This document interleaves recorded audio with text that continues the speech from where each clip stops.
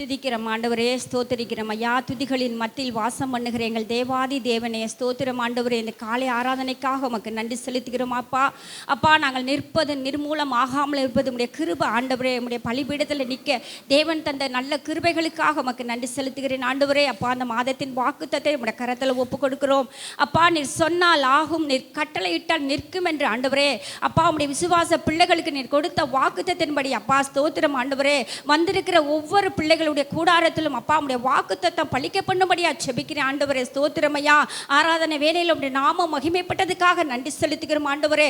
அப்பா, அந்த காணிக்கை பகுதிக்காக உடைய கரத்தில் வந்து நிற்கிறோம் ஆண்டவரே. ஸ்தோத்திரமையா. அப்பா ஸ்தோத்திரமையா. கொடுக்கிற கரங்களை என் தேவன் அப்பா ஸ்தோத்திரம் நீர் ஆசீர்வதிக்கும்படியா செபிக்கிற ஆண்டவரே. ஸ்தோத்திரமையா. அப்பா ஸ்தோத்திரம். எங்கள் கையின் பிரயாசத்தை நீர் ஆசீர்வதிப்பேன் என்று சொன்னீங்கள் ஆண்டவரே. நன்றி ஆண்டவரே, நன்றி ஐயா.